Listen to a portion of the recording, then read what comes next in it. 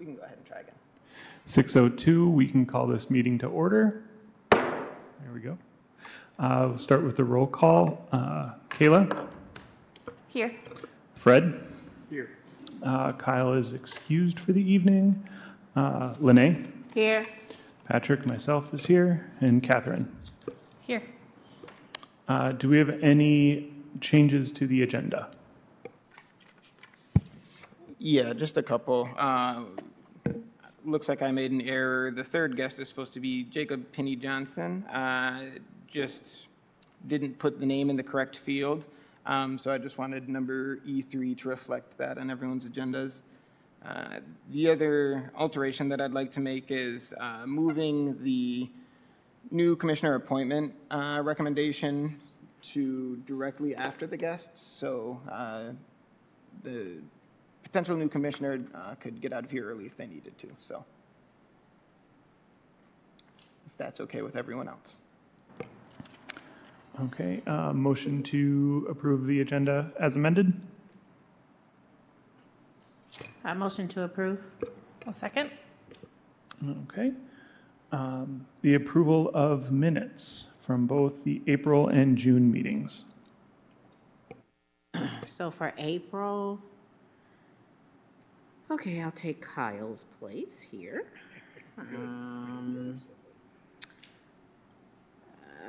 Number 4.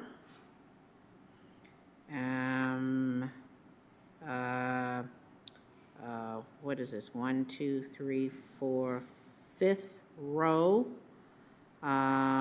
Reaching out. And then she was able to someone with the tribe. And then talk about this within our, no, that's fine. I think that was the ones I found in 4. And I don't know what was said then, so I can't help you. Sorry. Okay, under E6, O'Connor Fund Grant Making, second line, Kyle's name is spelled wrong.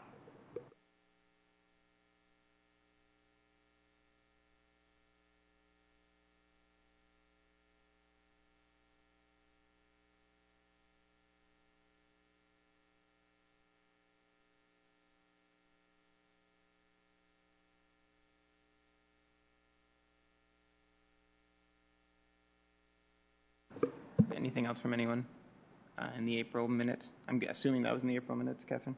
Okay. You can move to approve the April minutes as amended. Second.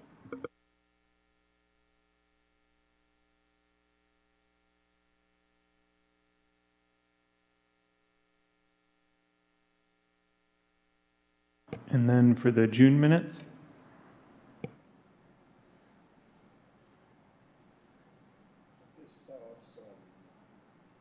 Minor omissions of letters and some spelling. And a quick read through that I had on item D. 2, 4, 6 lines up from the bottom of the page. Says the other term is called the Michigan Manual for, should be an E added to that. Freedmen's Bureau, right? Is that correct? Progress? I thought it was Bureau. We can check on that later, but you're correct. Then it needs to be Freedman's, not Fredman's. Yes. I'm sure it's Freedman, isn't it? Yep. And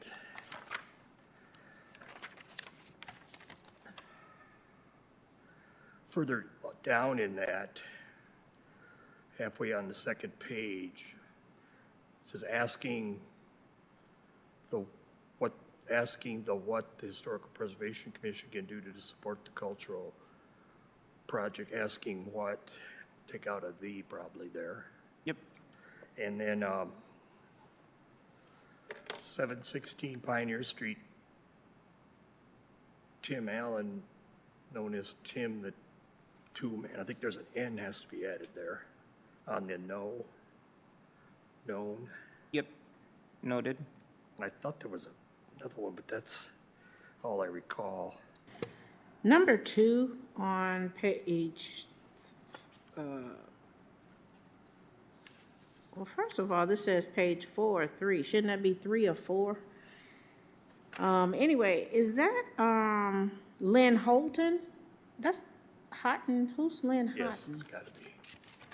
Am I right? I think so. All right. I didn't know who that was. Thank you, noted.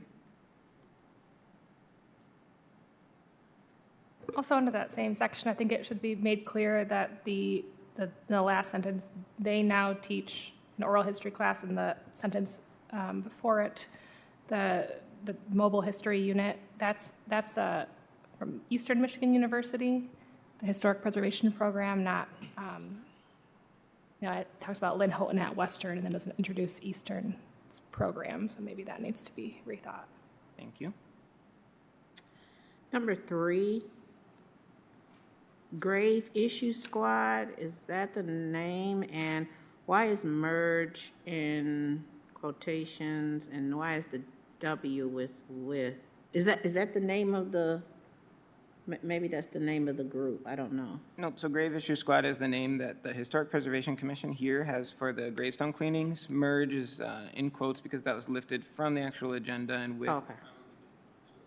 Oh, okay, thank you. Yep.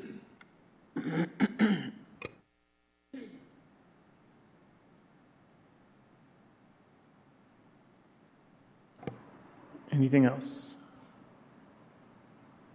I think we did pretty good without Kyle here. Yep. All right, do we have a motion to approve as amended? I'll move to approve as amended. A second. Okay, moving on, public comments before we get to our guests.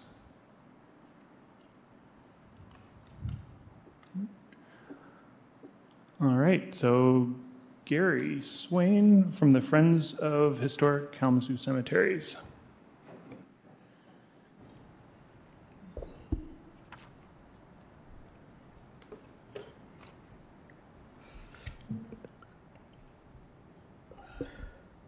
So I thank you for this opportunity to talk about the fairly new organization, the Friends of Kalamazoo Historic Cemeteries. I'd like, over the next few minutes, to explain who we are, what our mission is, some of the things that we're doing, and our intermediate and long-term plans for projects. If you can, on this first slide, this is a group of volunteers that assisted us just a tad over a month ago. I think it was June 1st. We had about 30 volunteers on an Eagle Scout project at Mountain Home Cemetery. And we accomplished an amazing amount of work. This is, I believe, the 14th Eagle Scout project that we have managed since 2018. The bulk of them in Riverside Cemetery. The last couple in Mountain Home. Among other things, we installed 2 new gravestones for Civil War soldiers that never had them. So our story begins with a recognition that cemeteries are the time capsules of our community.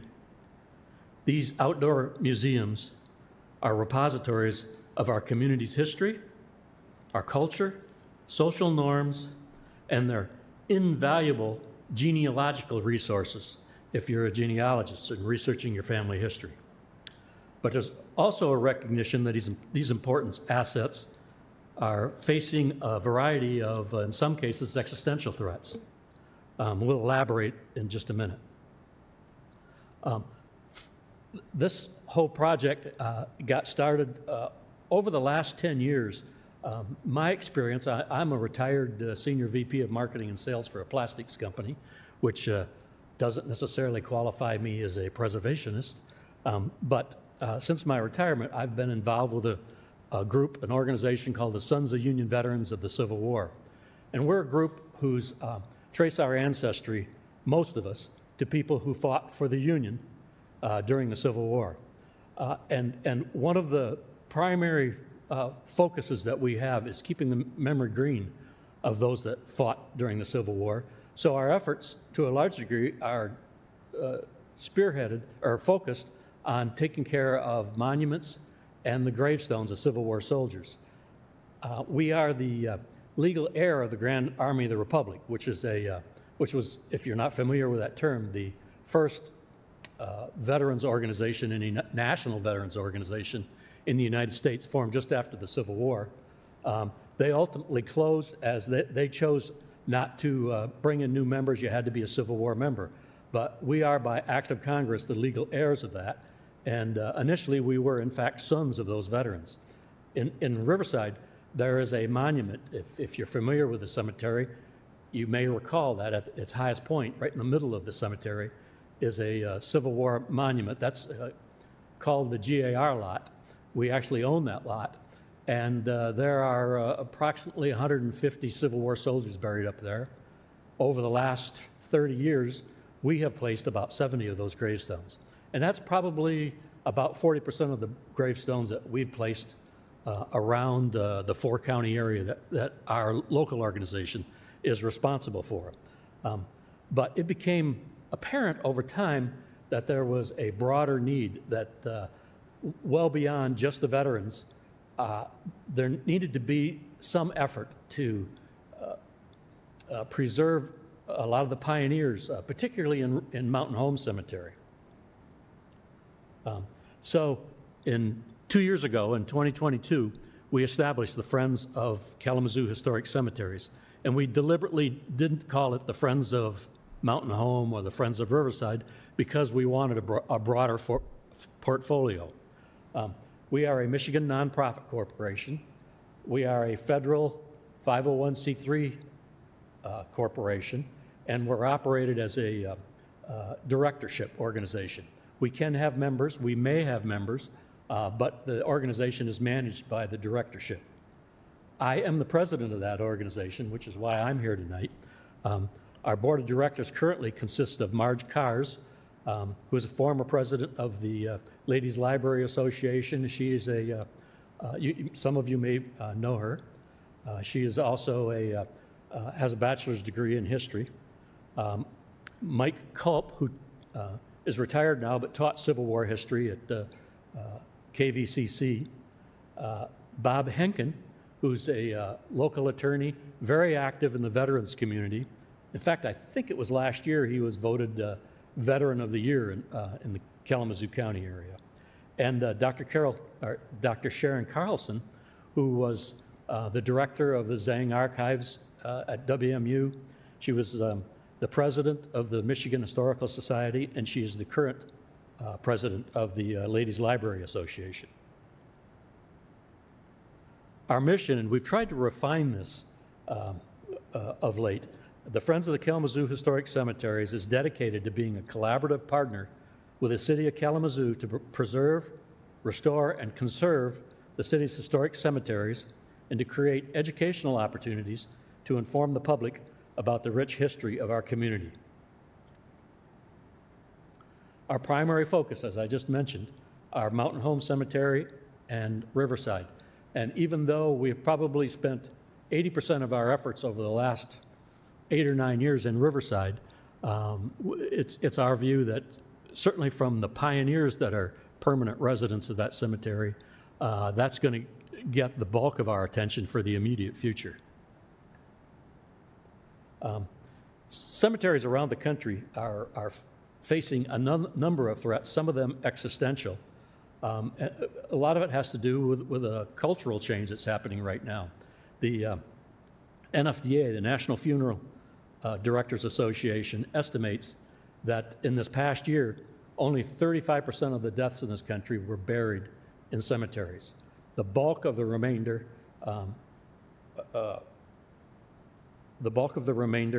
were cremated. The net result of that is that their business plan for cemeteries is not as valid as it once was.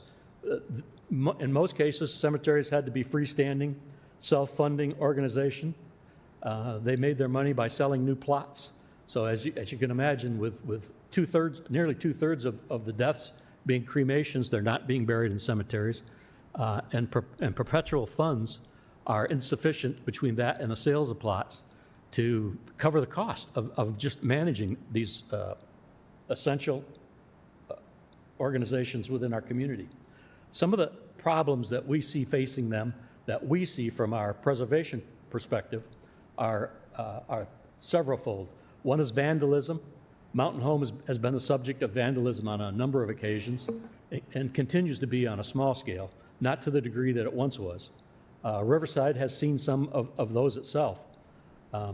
Maintenance crews can be a problem. These cemeteries were designed during the horse and buggy era. They didn't anticipate 400 or 500 pound gas-powered machines doing 20 miles an hour down through them, and it can have a deleterious effect. Nature also plays a key role. Both of these two cemeteries, Kalamazoo's two largest cemeteries, are built on glacial moraines. And as a consequence, they're very, very hilly and very steep. The result of that is that hills, geologically, have a tendency to move. So over time, when a burial is on a hillside, the gravestones in particular can be toppled, can be broken. Another issue we face is during the 19th century and early 20th century, many of the monument-type gravestones that have multiple layers were connected using iron pins.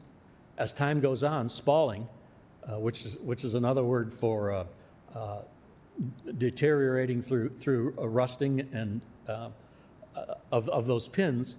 As the pins rust, they expand, they'll break the stone, and you end up with a stone that's, in many cases, not repairable. But we have repaired a number of them, and we'll continue to do so. It's beyond our skill level at this point to do that, so we hire it done by professionals. And even though cemeteries are places which are repositories of historical events, sometimes cemeteries are involved in historical events, as Mountain Home was in 1980, when it was part of the path of that infamous tornado that went through Kalamazoo. That's not top of mind to many in the community, as you might expect, for good reason.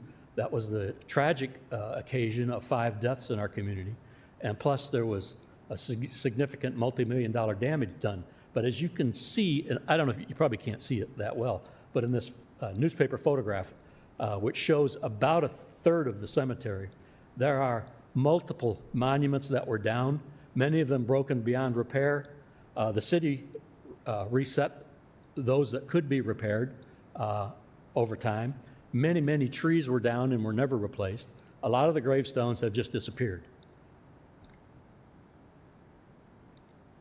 Some of the things we run into are restoration failures. And part of our focus is to teach people the correct way of restoring many of these gravestones. Most of these repairs were well-meaning but ill-conceived.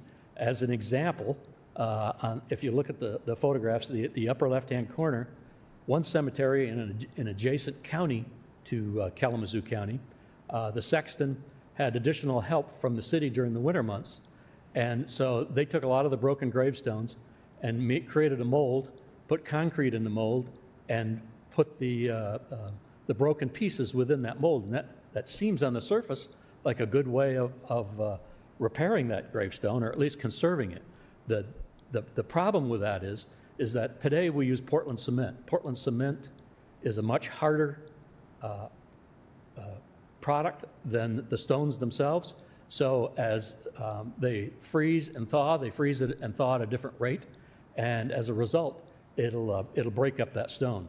You can see other forms of repair. The one in the center, we're not sure what they use, some sort of putty or a setting compound, and it wasn't meant to repair gravestones, and it creates an unsightly, it covers up some of the lettering on the gravestone, and my all-time favorite are the 2 photos on the bottom. That's a gravestone in Riverside Cemetery, which someone attempted to repair about 2 years ago, and they used, we can only guess, something like Gorilla Glue, which is a fine product. It just was not made for this kind of work. And to me, it looks like something out of a horror movie.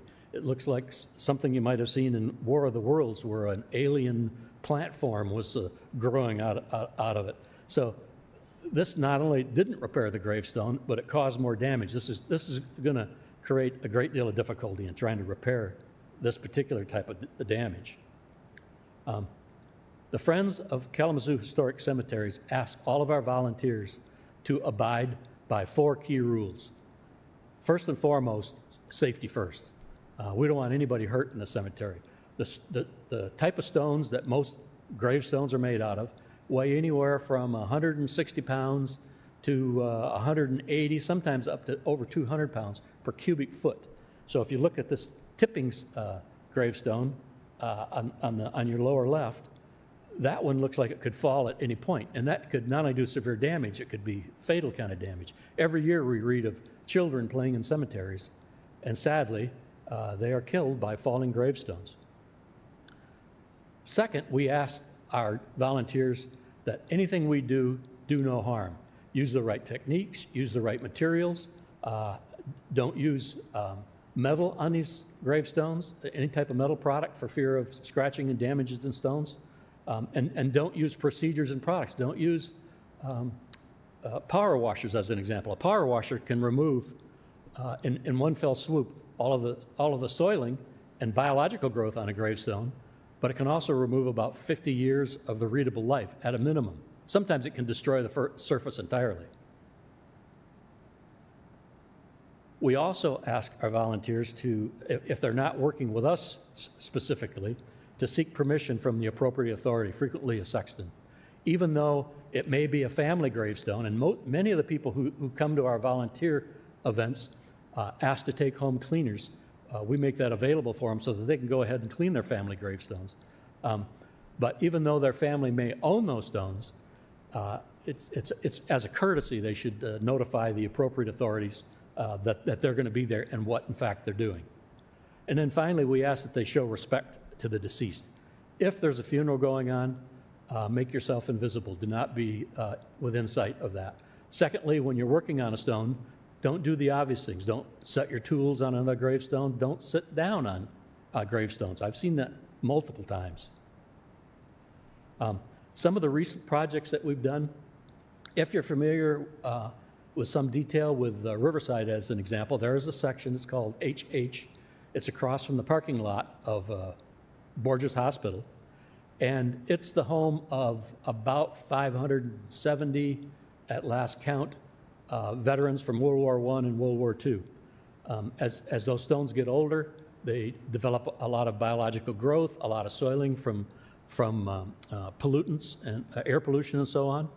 And I think it took 3 or maybe 4 Eagle Scout projects, each time with a group of volunteers from 12 to 20 to clean all of those stones. And as you can see, I think the last project was the group on the left, and ultimately we finished that section and are continuing on several other sections.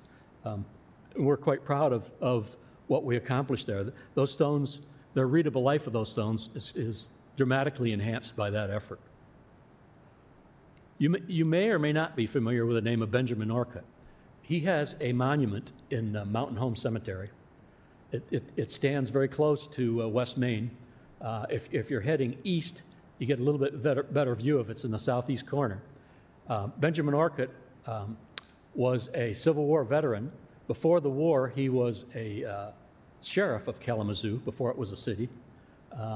And he returned to those duties when he came home. About 2 years after he returned home, he became, sadly, the first law enforcement officer to die in the line of duty.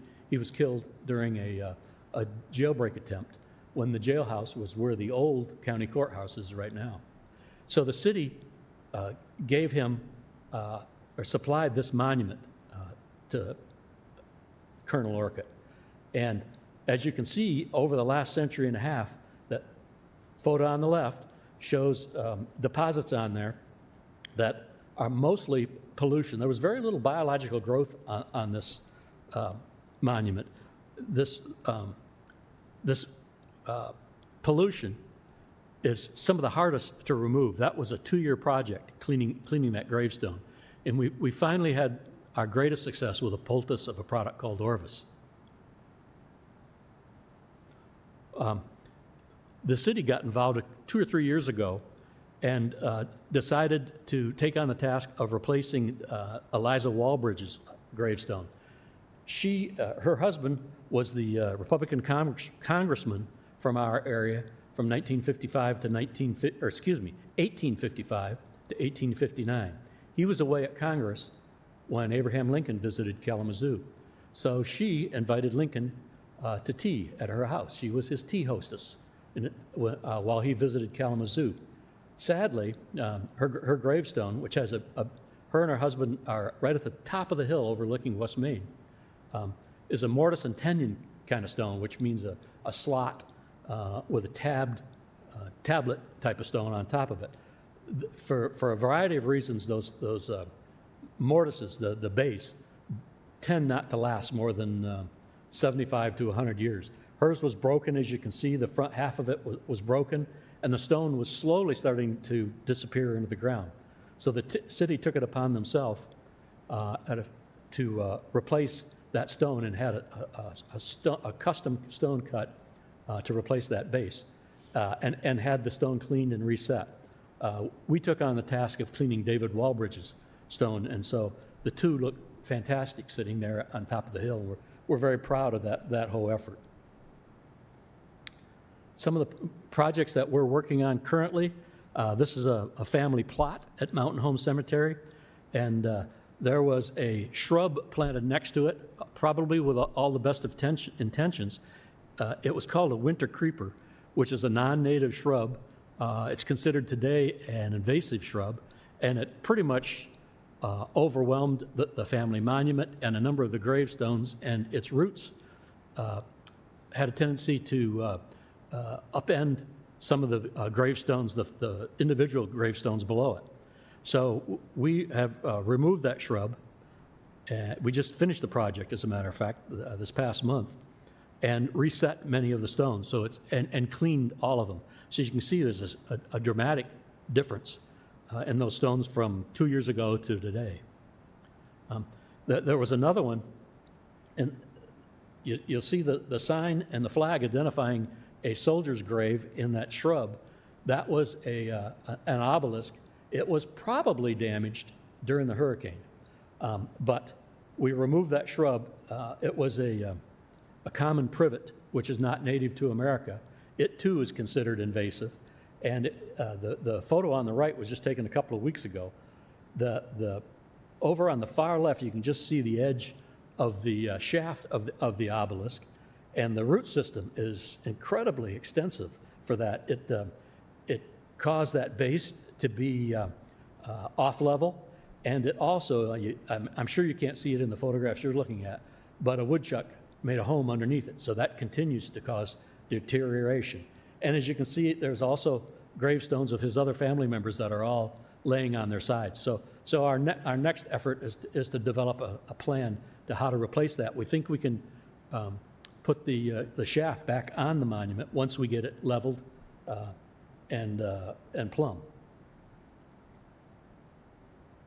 A couple of the other projects, the gravestone on the left is Nichols West, whose death date was 1849.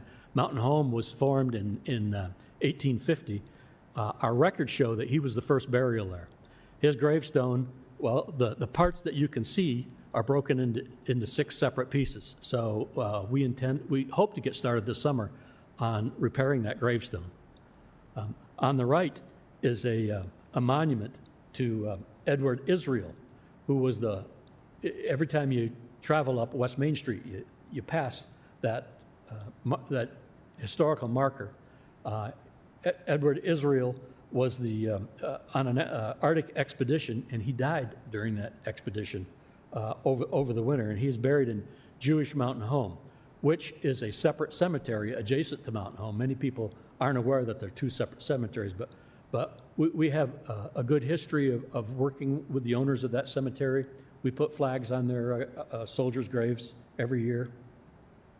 And maybe the last project I'll point out is a hard-to-pronounce name, Epaphroditus Ransom, who is the only governor from the area, from Kalamazoo, and he has a family plot. He was one of the original trustees of Mountain Home Cemetery.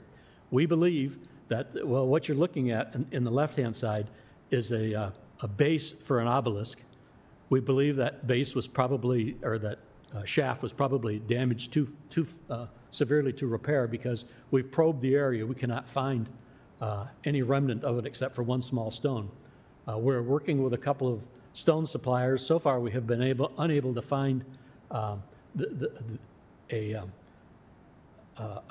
piece of granite that sufficiently matches the one that is already on there. So we're continuing that effort to try to do that. We would like to reset that base and replace that shaft if we can find it. On the photo to the right, you'll see a little sign on the ground there, and that's one of Epaphroditus' son, Willis Ransom, who was a captain in a Kansas Cavalry Regiment during the Civil War. He is buried there, and he never had a gravestone.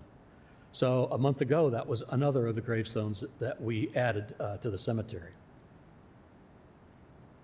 So finally, there are a whole host of projects that are in process right now and that are our immediate priorities. We want to complete the cemetery of the fallen tablets in Mountain Home. We're about half done. We have found about 117 fallen tablet stones. Probably not going to be another 100 or so, probably about half that amount, because the rest of the sections are newer, and that tablet kind of gravestone went out of fashion. But we still expect to find others.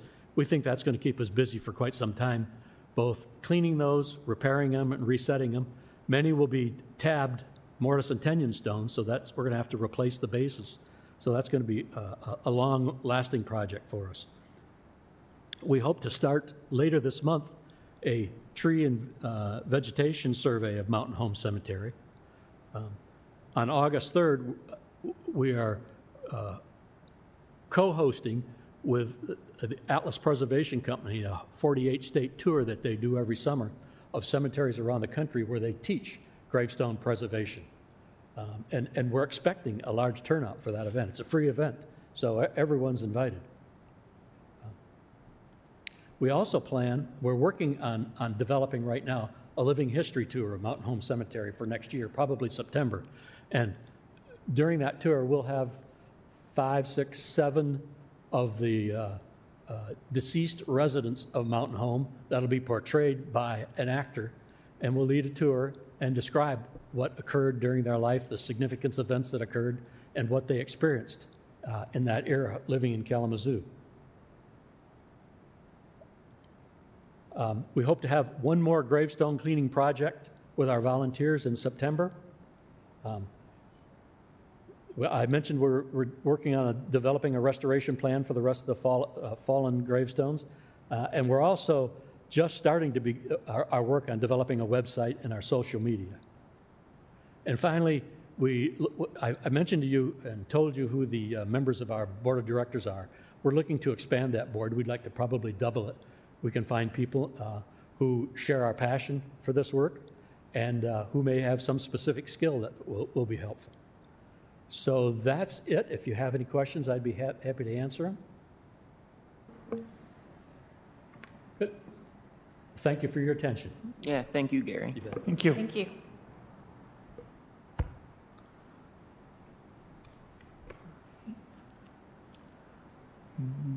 Next up, we have Lakota Hobia. Do you mind if I?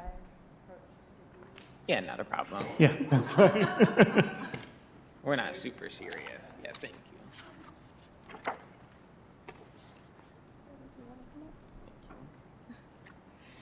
you. Mano Pokonyat, Bojo Jai Ginwa, Lakota Hobai and Dishnakas, Bodwe Wadmi Koyan Dao Shishibani Native and Dagwes Mang on Dodem,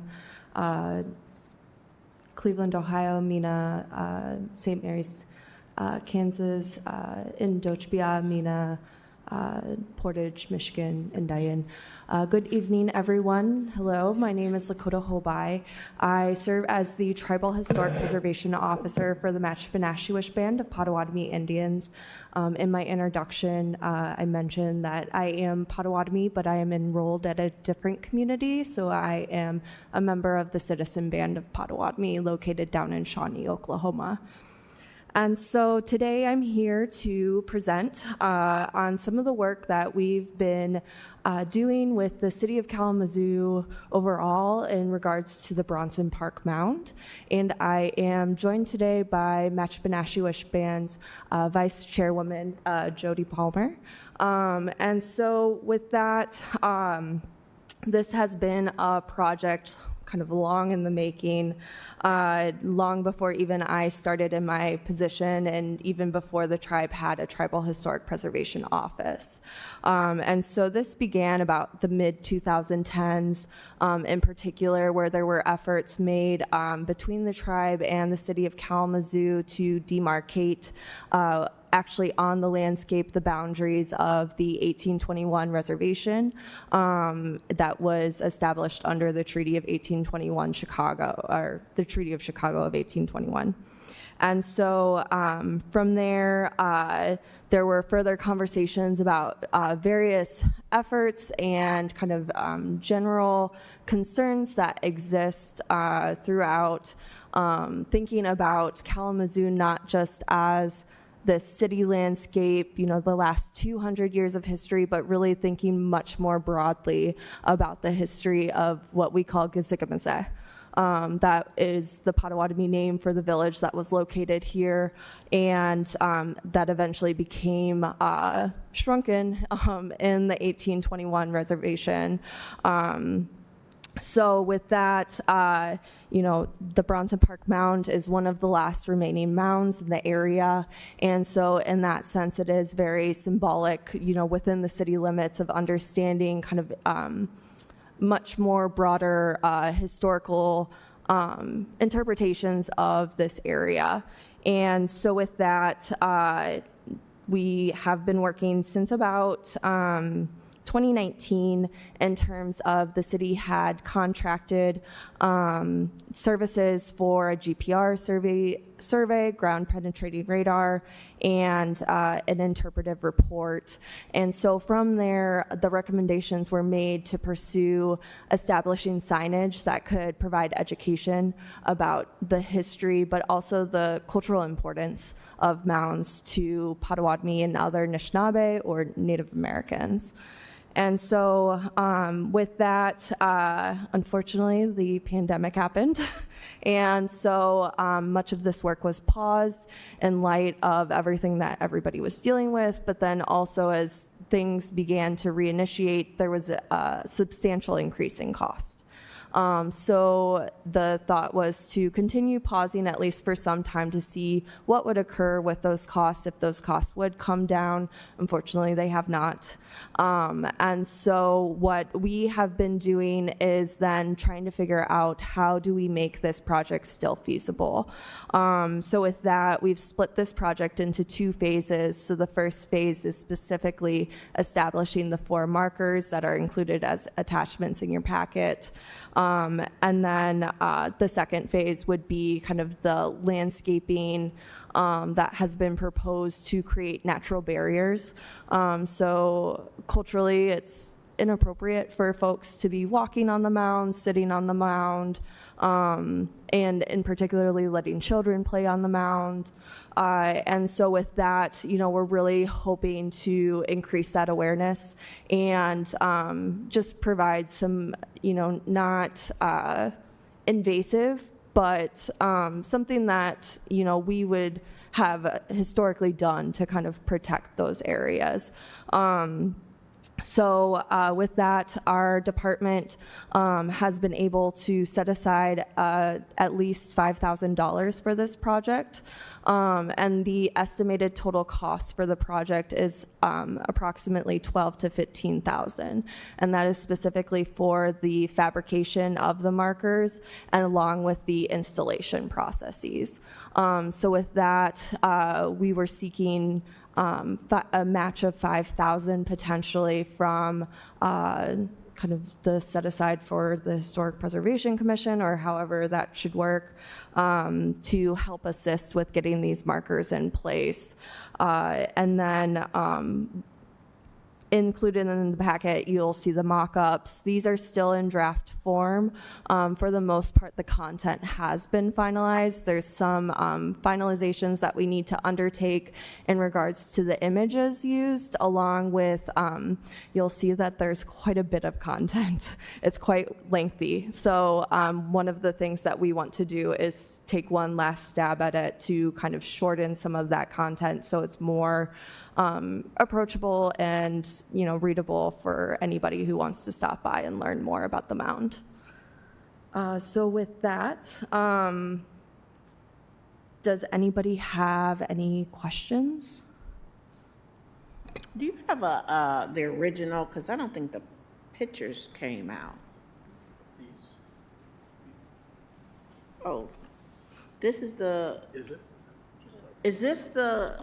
And just to mock-up? clarify, I'm pretty sure that there's some language maybe that's been altered and it can be seen to reflect what these are as the signs. Is that correct? Pardon?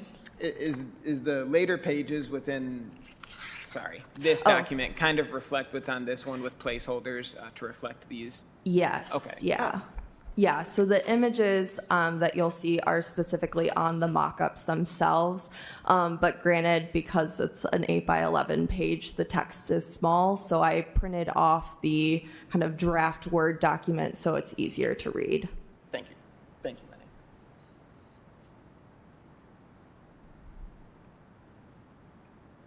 Oh, this is the markers.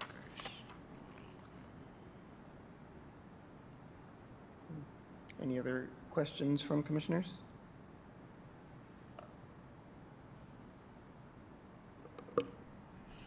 I saw your presentation at the Historic Preservation Conference, and one thing that stood out that I'm interested in is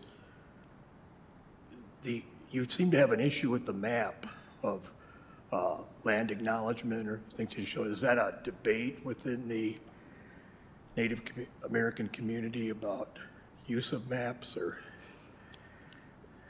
So I think it's not necessarily a debate. It's just there's been a struggle in terms of how do you map territories that weren't necessarily bounded by, say, like what you see in Europe with national boundaries, where you have overlapping territories. And so that's definitely, I don't think there's necessarily a debate about whose territory is where, but more about how do we depict those shared territories. That'd be hard to do. Yeah. Is there a particular map you like the best, or?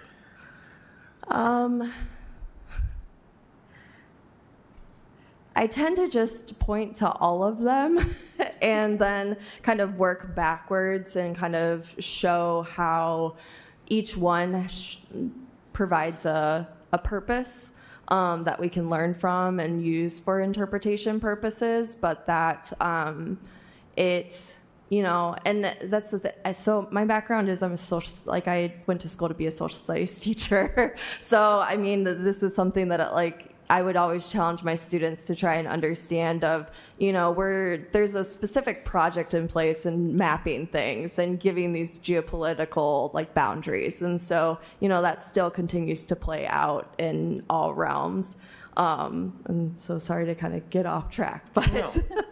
I think when we can kind of look more broadly to kind of make those determinations to show the larger picture, I think that's how we get at the root of kind of what is important to get across and understand. Thanks. Mm-hmm.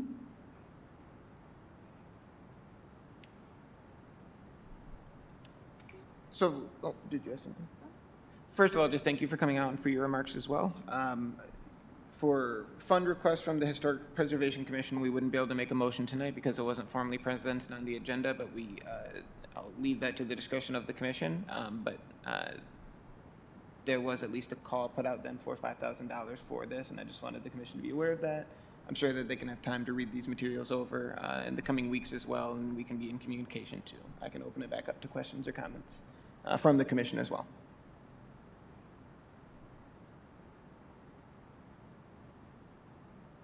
I think that's something that we will have to talk about in our subcommittee. Yeah. Yeah, so later on, we're going to talk a little bit about some of the work the Finance Subcommittee has been doing related to gifts. And so I was going to address that in commissioner comments at the very end, but that might impact this as well. And so again, thanks Lakota for that presentation. And I too just wanted to let you all know, like, as my boss. So I work within the, TIPO office. So I just kind of wanted to see too, and I don't know if this is appropriate or if we just like talk like outside of the meeting, but like kind of what some of your thoughts at this point were, because I think that this is a really good opportunity for the Preservation Commission to support, an ongoing project to like get, since it, has been going on for a long time, and just kind of getting it to that, finish line. But again, since I'm also employed by the tribe, so I wouldn't necessarily be able to vote for it. But I very much support it. But I just wanted to see if you all had thoughts about it at this point, or if that's just something we talk about outside of this meeting. Yeah, I can't stop you guys from talking about it. That it's perfectly fine. This project, as Lakota alluded to as well, is something that I also inherited from my predecessor, and I fairly confident in saying that the HPC had a hand, I think, in the early stages of this as well, as an arm of the city, I guess you could say. I think that the city itself is also involved, along with the tribe. So I think that those were, in my mind, the three major players in moving this entire process forward. I'll also say that I don't know if anyone on this current iteration of the commission was there at the beginning of that either. So institutional knowledge, things that I'm sure COVID played a very large part in that, like you said, I think, and it stalled a lot of projects. And I know that this is something that Regina was very involved with and worked with you pretty closely with as well. I just wanted to provide that background to everyone as well, that we, as this commission, perhaps not this iteration, does have quite a long history with this project as well. One question for you, Luis. I'm curious about the city of Kalamazoo itself providing funding. Yep. I can't speak to it. I don't have all the information at hand, I suppose, so I can't speak to it at this point, but I know that there were funds, I believe, that were set aside at the beginning. It would not be us solely as an agent of the city funding it. It seemed that the city was putting forth funds for it as well. Mm-hmm. What is your idea or plans in order to include those who donate or provide funding for your projects? Like, how are you recognizing those organizations? Yes, so I think, initially, at least one of those first steps is for sure you can see on the mock-ups that there are the logos of all the current contributors to kind of who've at least stated that there is going to be, there's either been staff time or financial support and things along those lines. I think there's the potential for that.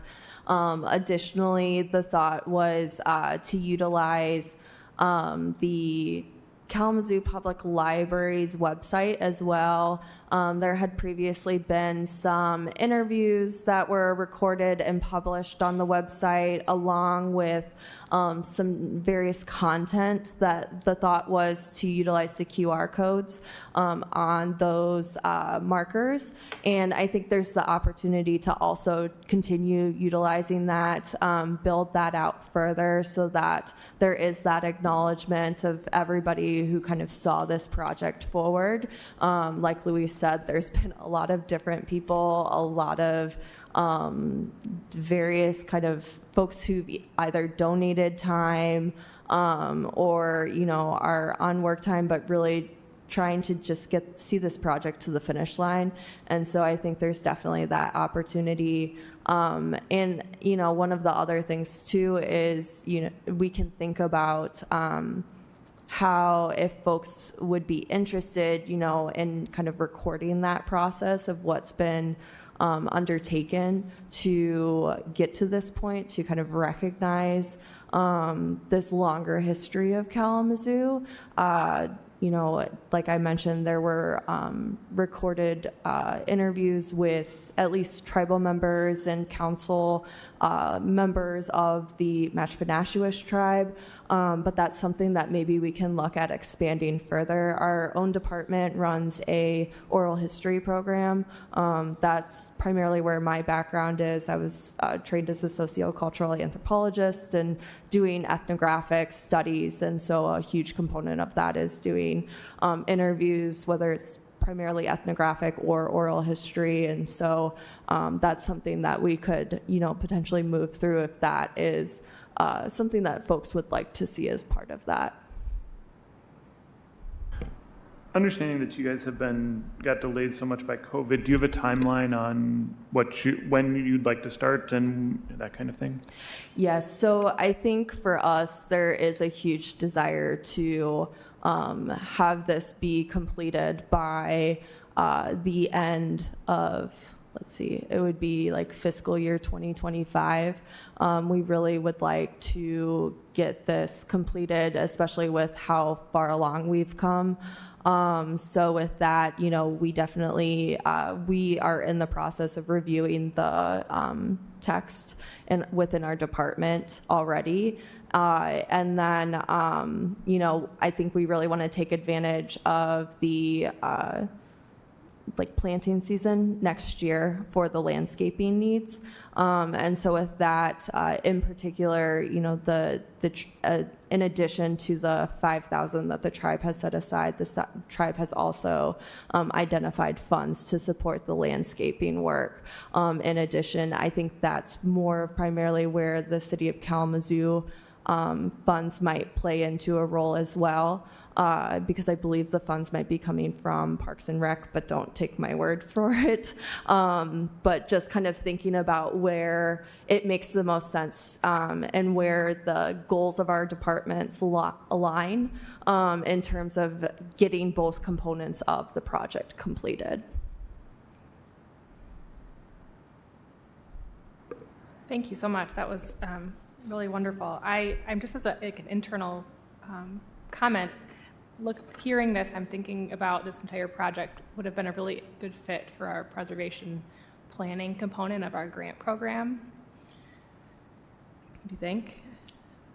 Now I'm thinking this through now, but I suppose I don't. You don't? Okay. Only because I think that this is a sensitive topic, and I don't think that there should have to be any competition for a project of this magnitude, and because we had already given it a abode of support before any of us were here. I mean, I totally hear where you're coming from, because we have already committed funds for the granting, and I know that we're maybe moving into it seems committing more and more funds. I just think that being respectful, and one of the things that was so important to me was being able to get in touch with the tribe, which is something that we've been doing since the beginning of this project. But I think navigating it gets difficult, as Lakota alluded to, when we have so many, to use the tired phrase, cooks in the kitchen, especially because there are so many moving parts with this project as it spans the city, the tribe, and the county. And there are many different subdivisions of each of those organizations that also have their hands involved with it. That's not in any way to say that I don't appreciate the work of anyone that's done this, but I think it's important to sometimes divide and conquer that work so it can be taken into manageable pieces and we can move forward in an actionable way. I do want to say that this project started perhaps in earnest, like this portion of it, outside of the Bronson Park larger initiative, and I'm sure that someone could give me an exact date, but maybe in around 2017, 2018, when we started looking at signage, when we started looking at landscaping, when we started to look at other things for the mound itself. The delineation, I think, is really important, and when we consider the signs, the utility of them becomes twofold, truly.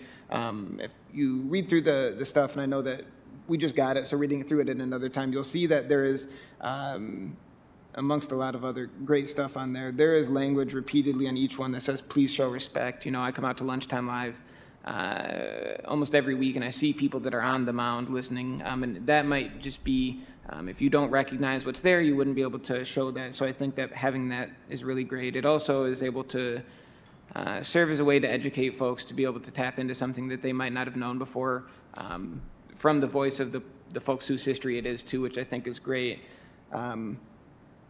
All those things then coming together, I think this has been one that I did inherit, but I think it is such an important project for something that we as a city, you know, we could finally make a really good choice on this and move it in the right direction. And we've been on that, but like you were saying, just getting across the finish line, I think with so many folks can always be tricky with working with such a large group. Mm-hmm. Yes, please. I can't plan to talk, so this is coming from my heart. Bonjour, my name is Jody Palmer, and I'm the vice chair of Matchi-Benatchiwich. Actually, this project started way, way before Lakota was here, before any of you were on where you're sitting. It started back in the 1990s. And I've been involved with this for a quarter of a century. And I get very emotional because this is our homelands here. We have a new homelands, yes, but this is where we feel is truly our home. When we got our markers for the city marking our reservation, that was a great day. We had a great celebration.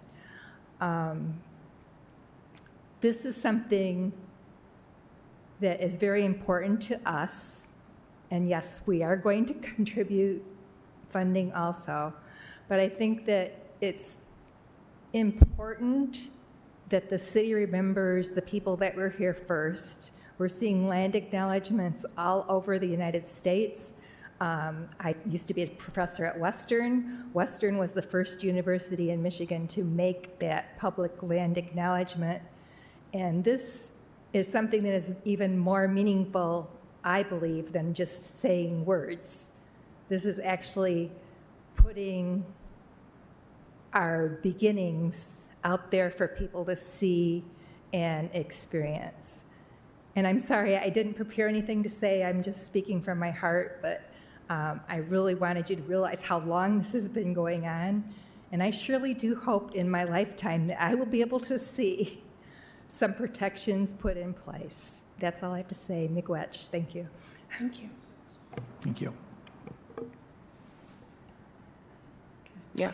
So thank you again for speaking. I'm sure that we'll be in touch. It seems like we've been in increasing contact recently. So again, I just want to say too that I appreciate everyone's help with the entire project, and you know, it has been going on for longer than I anticipated as well.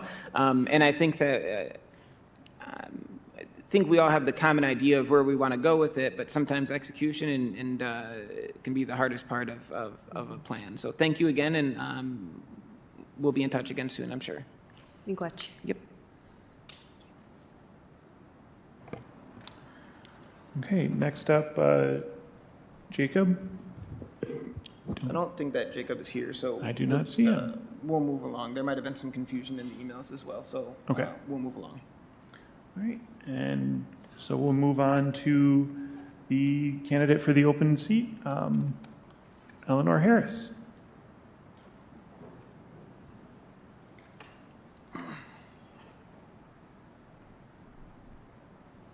Hello. Hello.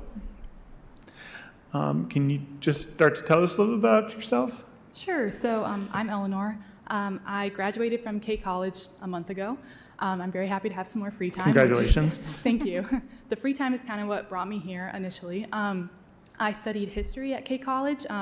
Initially started with like local history, archives, and then transitioned into historic preservation while working on my senior thesis, which examined how a restoration effort in a critical space of an abandoned penitentiary that they made into a historic site would impact visitors' interpretation of the site's history and of mass incarceration. So after working on that project, I decided that historic preservation was the route I wanted to go on, which led me to an internship with Restore Oregon, which is a historic preservation nonprofit out of Portland, Oregon. Last week, I was promoted to the preservation programs coordinator there. So I'm very into the preservation world currently. There, I work predominantly answering public inquiries about preservation, which I think certainly relates to the work that the Commission's doing, which is connecting community members with resources, trying to assist in encouraging our sense of community through this tangible history that we have. Additionally, I work with historic preservation easements as well. So I'm familiar with a few different aspects of, I guess, the historic preservation world. So that's kind of me, like in a nutshell. But so are you living in Kalamazoo then? I am, yeah. Okay, so you're working in Oregon, but Yeah, so I work remotely for Restore Oregon, but I also work at the Kalamazoo Valley Museum. So. What would be your focus as a member? We have people focusing on DEY. We have some of our committee members who are focusing on grants and giving money to different organizations. So Sure. what do you think, or what would you like to focus on if on the committee? Yeah, that's a great question. I mean, I don't want to, give the cop-out answer of like anything, but I truly am interested in a lot of different aspects. Currently, with the answering inquiries, it's a lot of grant stuff. People, need money and they need resources, so I connect them with those resources, and I found a lot of, I guess that's been very fulfilling, to try and assist people with the work that they're doing and that they care so much about. But also, I have done a lot of research with trying to understand how preservation can be used for climate resilience, affordable housing, also just addressing a more complete history, which I think is really important and also a very useful tool for historic preservation. Like, it's not, maybe the common misconception that people have that, we're going to just put a bunch of rules up and then make a place pretty and then, tuck it away. Like, that it can be used to revitalize and assist a community. So, I mean, maybe anything. I'm really open to learning too. I'm still new to this work, so. did you live in the area prior to K College? Sorry? Are you from the area initially? Oh, no, I'm from Wisconsin originally, Okay. but yeah, I moved here for school and I'm planning on staying in the area. Great. I like it. So. Well, welcome. Yeah, thank you.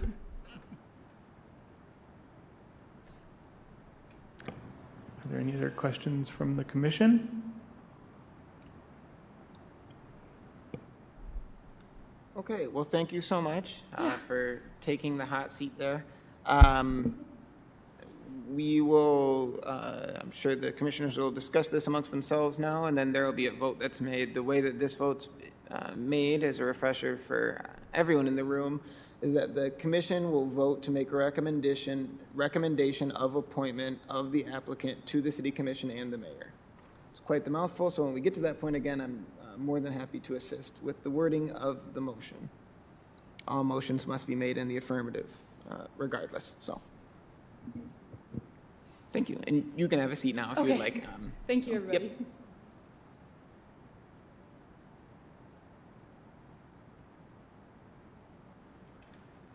Do we have any commissioner comments on this? I think she has a wealth of knowledge. She is eager to learn and be involved. I think she would be a great asset to the committee. Can I make a motion? You are welcome to make a motion. Great. I move that the commission makes a recommendation to the mayor to appoint Eleanor Harris to the Historic Preservation Commission. I second. And do we have a roll call vote? Is that how this works? All right. Kayla? Yes. Fred? Yes. Lene? Yes. Myself? Yes. And Catherine? Yes. Okay, so I will move that recommendation along to the city commission and the mayor at their next meeting, and I will let you know the outcome of that as well. But you have the recommendation from the commission, so thank you for coming in. Yeah. Okay, the financial report. Oh, now we're onto the fun stuff, right? Okay.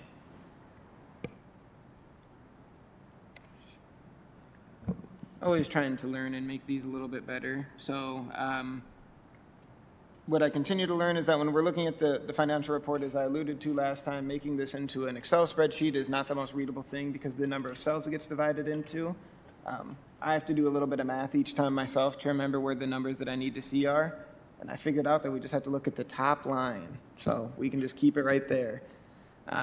The amount of money that we have left in the city account then is $1,338.25, and we've spent, $3,552.02.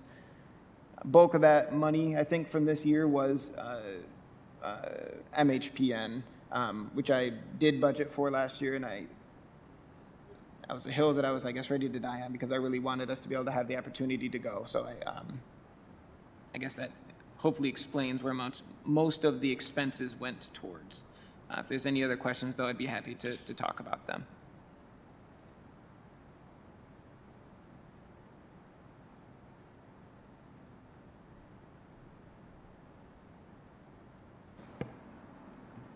Any questions?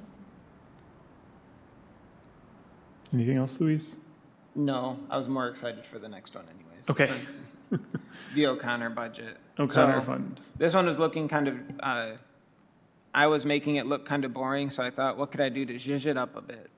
So I started putting the differences between months, just so we could understand what we were making. We made 3.7 approximately % interest on both of the accounts in the past month. When the numbers get bigger, that 3.7% increase starts to look larger, right?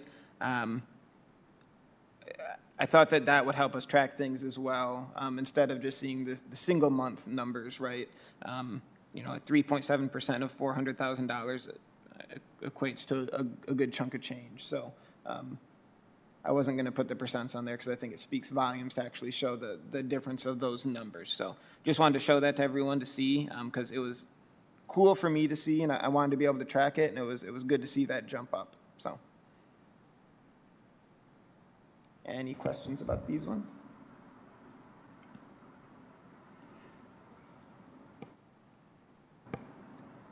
All right, 106 reviews then.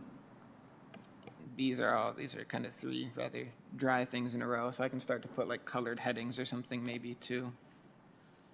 Just a quick remember for folks for what the 106 reviews are for us. We have a programmatic agreement between the city, in a nutshell, and the state that says that the Historic Preservation Coordinator is permitted to review HUD dispersed funds in the city instead of having to send them up to the state. There's tracking requirements for these and then reporting, so I present them to you on a quarterly basis. This is for the first 2 quarters of 2024. These reviews can be divided into 2 different categories. Projects that I review that do fall into National Register eligible or National Register districts that I have a little bit more of an in-depth review upon. That is the first half of this list. Currently, we have 8 projects that were reviewed under those. The second half of the list is dedicated to properties that are not National Register eligible or National Register nominated. And I think the nature of the beast, if you will, is that there's always going to be more of those. So at this point in the year, or at the point when I made it, I just got some more in today where I had 44 reviews that fell into the second category. I think what we're going to start to see in the future is as we continue to conduct surveys, a lot more properties are going to be determined to be National Register eligible, and I think that we're going to start to see the amount of reviews that are conducted that fall into the first category of being National Register eligible or National Register nominated are going to drastically increase, especially if you look at the first half, you'll see that a lot of them are in Edison. Edison was not completely surveyed until 2022, I don't think, so none of those grain of salt, but those properties may not have been captured before they were surveyed.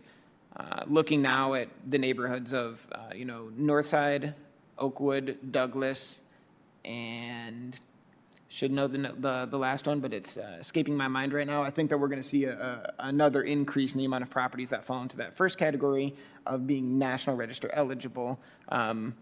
This does not necessarily mean, first of all, it does not mean that they're in a historic district through the survey. I do just want to clarify that. Eligibility does not necessarily impose any restrictions on the properties either. So long-winded answer just to remind you all of what 106 is in this capacity through the programmatic agreement.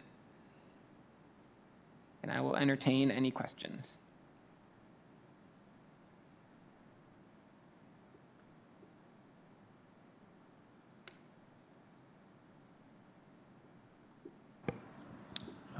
If there are no questions, we'll move on to action items, the O'Connor Fund grant making, the grant recommendations. And I can read this, or whoever would like to read it can read it too. So I don't know if, would you like to read it, Pam? Okay. Do you have it printed off, or do you? Okay, awesome. Whoops. This is from Luis's staff report. Grant recommendations. We met a week and a half ago and made some recommendations for your approval tonight. They total $20,000, and we determined then, since we were not able to make grants last year, we would make two $20,000 in grants this year. We would use the $10,000 that we talked about using last year and $10,000 for this year. The ones that rose to the top in terms of scoring were the Stewart Area Restoration Association, the Civic Theater, and the Disability Network. All of these projects are building rehabilitation projects. Stewart neighborhood is going to paint its offices. The Civic Theater is going to do masonry work, and Disability Network is going to do some exterior repairs to their drive-through area. I think their building was probably built as a drive-through bank because it's kind of unusual, but it's there. And it's a very cool mid-century modern building, and we were all kind of enthusiastic about that. So we are recommending to you that you approve these grants, and if so, we would also want to, at the same time, authorize Luis and Kyle to work on getting agreements signed with the grantees. Thank you so much, Pam, and thank you for writing the report. I frankly just took everything that you wrote and put it in there, so thank you for writing the report as well. Want to open this one up, obviously, for discussion amongst the group now. I trust that folks have had time to read this before we got here as well, but just for reminder's sake, we're looking at committing funds totaling $20,000 to 3 different organizations. For the Stewart Neighborhood Association, and I know that I'm butchering the name there, the award amount was $4,748. For the Civic Theater, the amount was $7,626. And for the Disability Network of Southwest Michigan, the award amount was $7,626. I also want to clarify that the Stewart Neighborhood Association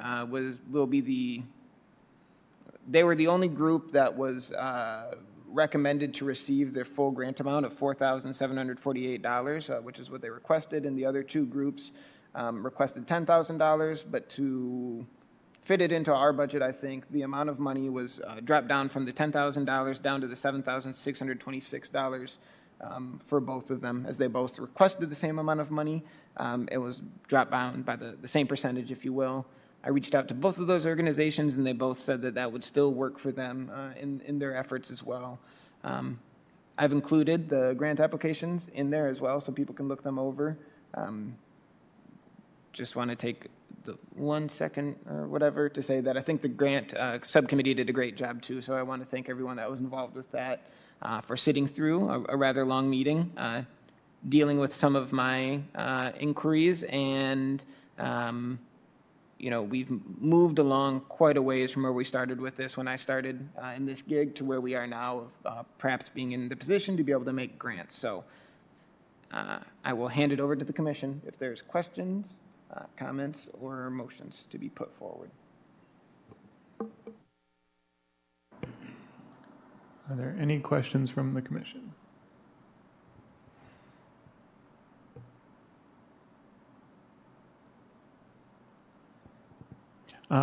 If, as we're moving to approve, do each of these are done separately, or can they be done together? My opinion, if there's not going to be, if no one at this point has indicated that there would be issue with any of the three, then I think you could just say that the total amount be approved, so 20,000 be approved as to be split up as indicated in the staff report, I think would be fine. We have a motion to approve. I move to approve. The language Yeah, might want to be. you need to be more specific on the language. Yeah, it might want to be something along the lines of approve the grants totaling $20,000 to be divided as indicated in the staff report, while also aligning with the process that's been already outlined by the granting subcommittee, and I think that that would cover our bases, so.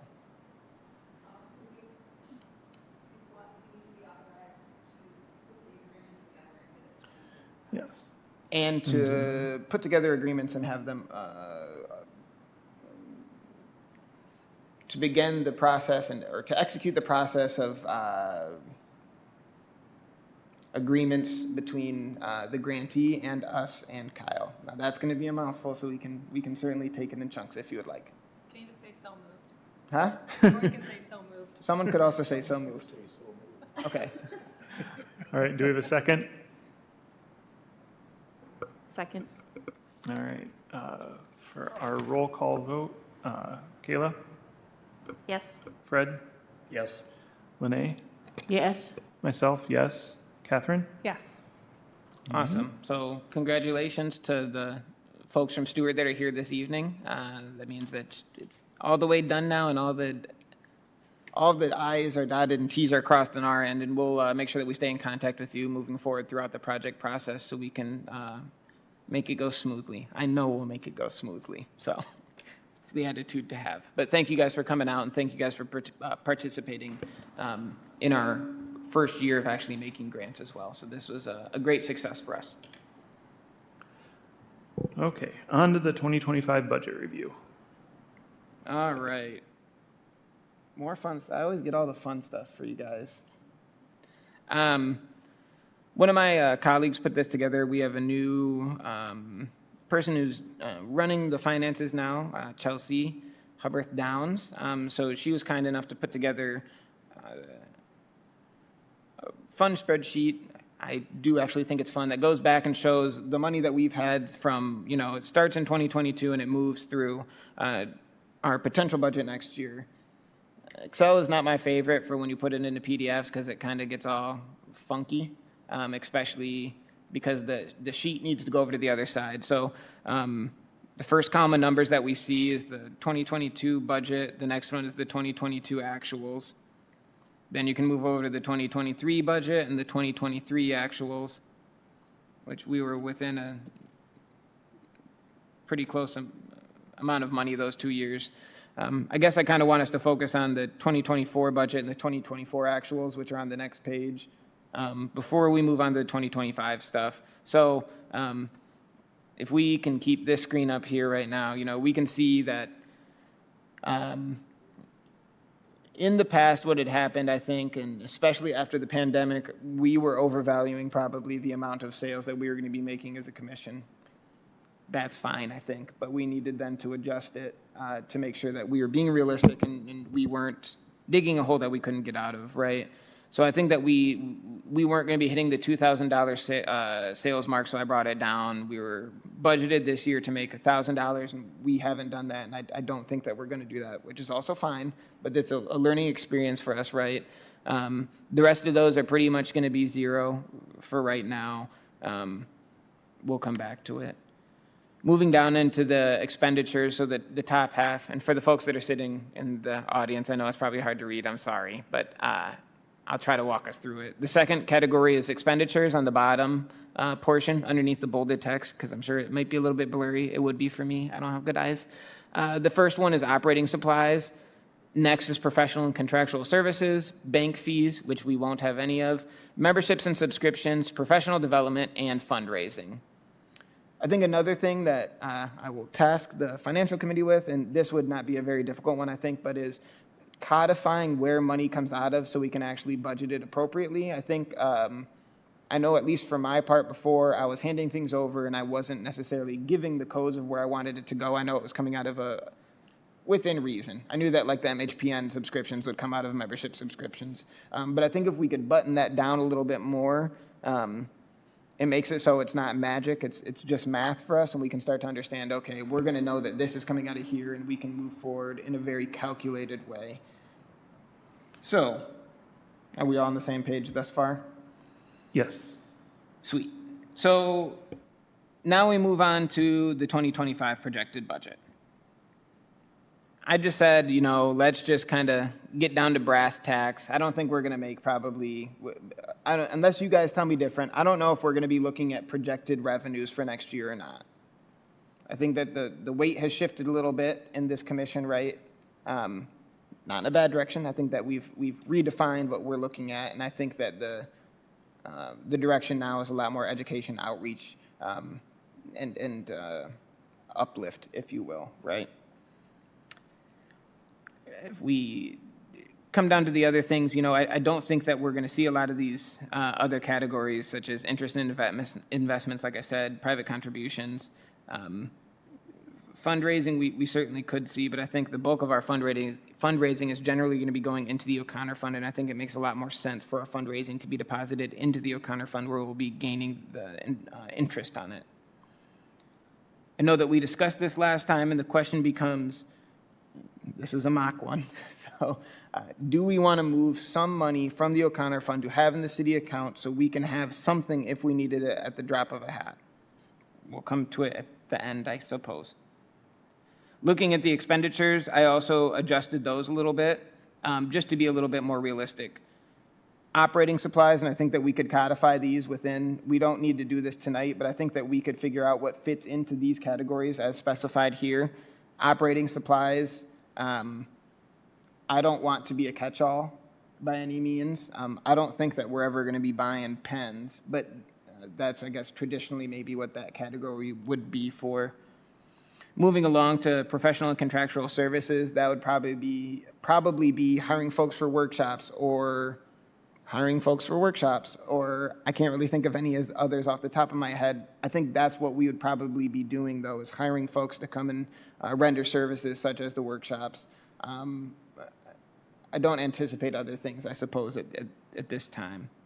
Bank fees, we're not going to have any expenses. Memberships and subscriptions, I think that we can easily estimate that we want to be in good standing with the MHPN. I think that we're going to continue to pay the dues for the MHPN. Professional development, from what I understand, would be the things for me. We could take then like the membership fee for me out of the professional development bucket. I think it's important to have that division of funds there. Fundraising is one that we probably have not looked at before, and it's one that we haven't looked at in a couple years. I think that we could use fundraising. This one might not be the appropriate place and we can move it, but if we needed to put out mailers, if we wanted to be able to alert the folks in the community like we did for the opening of the tax credit, or if there was an event that we wanted to push, or for example, the mailers that we sent out for the grant opportunity, we do need to cover those expenses. Mail is not that expensive, but again, I want us to make sure that we know where the money's coming from. That's kind of my rundown, and now I'll open it up. So. Yeah, first of all, I really love that you put this together, because I was going to be going through the minutes from our last couple of years of meetings to just figure out what we spent. Yeah. That was on my agenda for the next month or so. That would have been painful. That would have taken a couple months. So yeah. So I appreciate this. Yes. Second, the $1,700 in the professional services this year, was that the conference here, the conference registrations?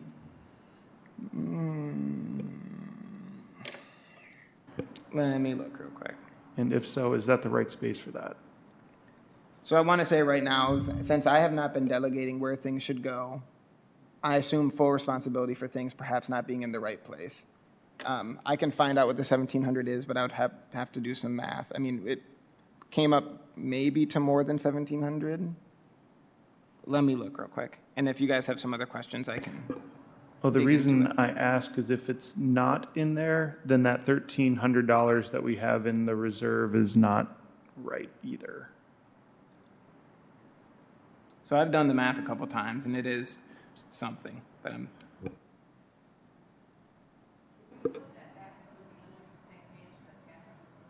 Can you go up one page?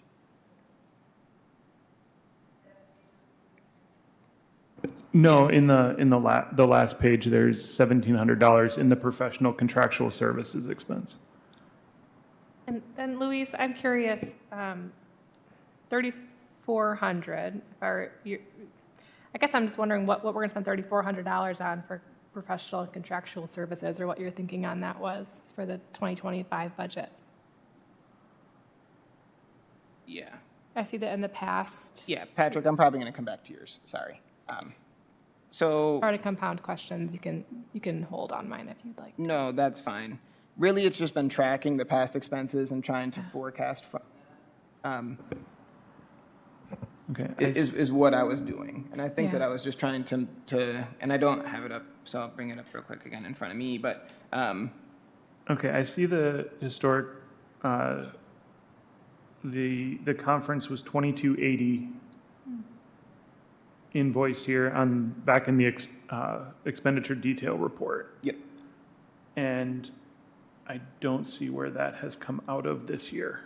So that was probably split up amongst two as well. I don't. Okay. It would be my guess. Catherine, these can be adjusted as well if we want them to. They just need to be balanced out too between the revenues and the expenses. But Yeah. we can balance them. Well, no, that's great. I think looking at past years' actual expenditures is great. I guess I'm just curious. I know this is probably a lot of work, and maybe something that the finance subcommittee can do Yeah. to replace all Patrick's So, work. and that we he have did. to move rather quickly on this one. How So, quickly?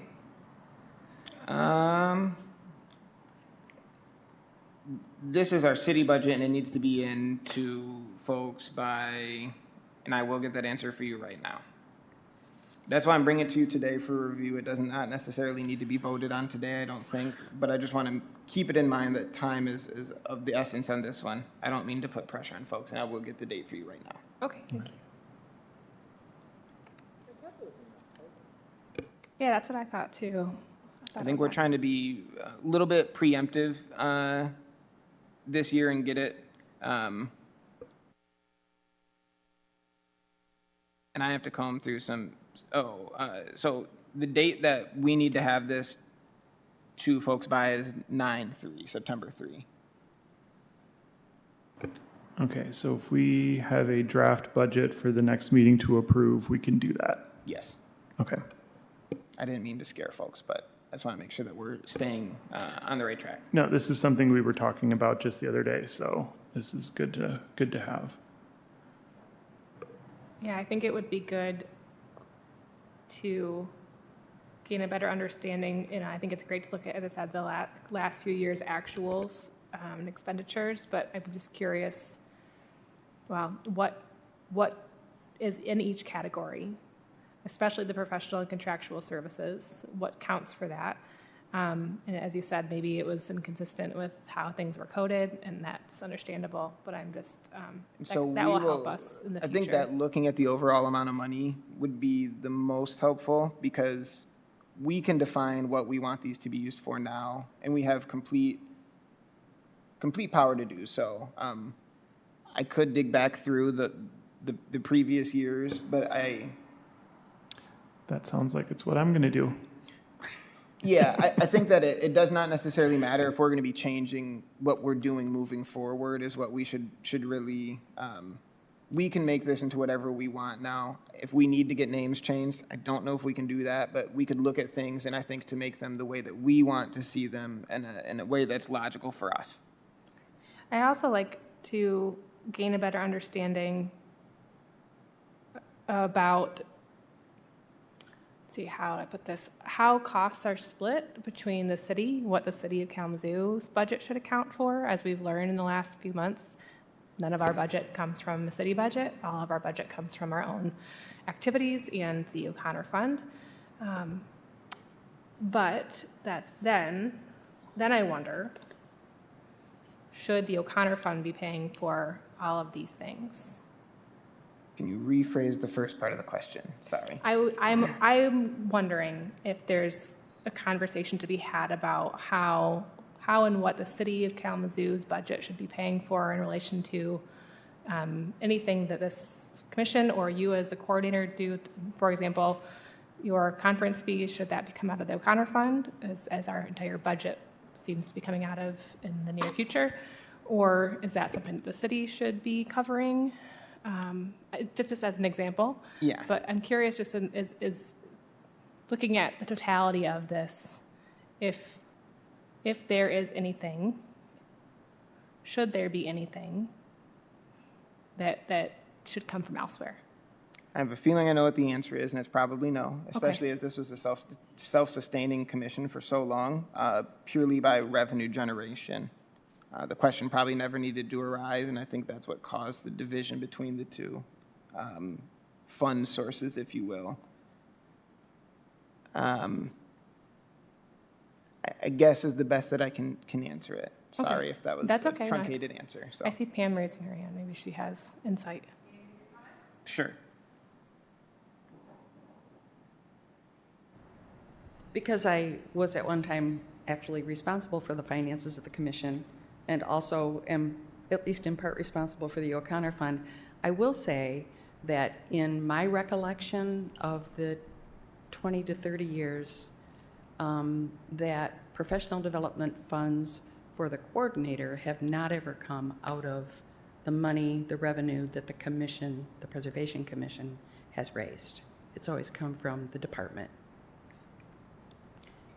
For example. No, yeah, these are fine discussions to have. I guess I don't know how worthwhile they are to have here because I will have to talk with other folks back in the office and understand what this all looks like. And I guess I can't give a 100% answer of yes or no. Yeah, that's fine. I think that we don't need to have any answers right now. It just is as we have been delving much more deeply into the finances and trying to gain a broader understanding. More questions arise, and if the answer is whatever the answer is, the point is better understanding. Yep.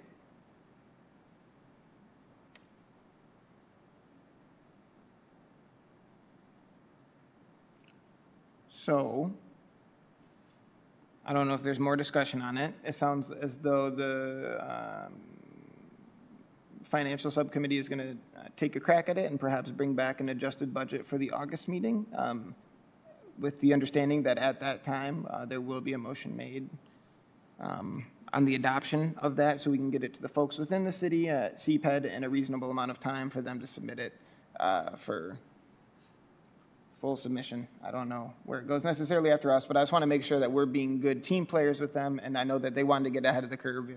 Perhaps was October in the past, but I know that the new accounting people or the new money folks in CPED were like, we want to get ahead of this so there's not any scrambling at the end to get to the finish line. So does that sound good to everyone?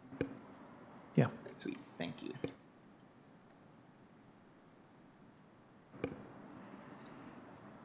Okay, did we have anything else on the budget review? Nope. Okay, so on to the coordinator's report. Yeah.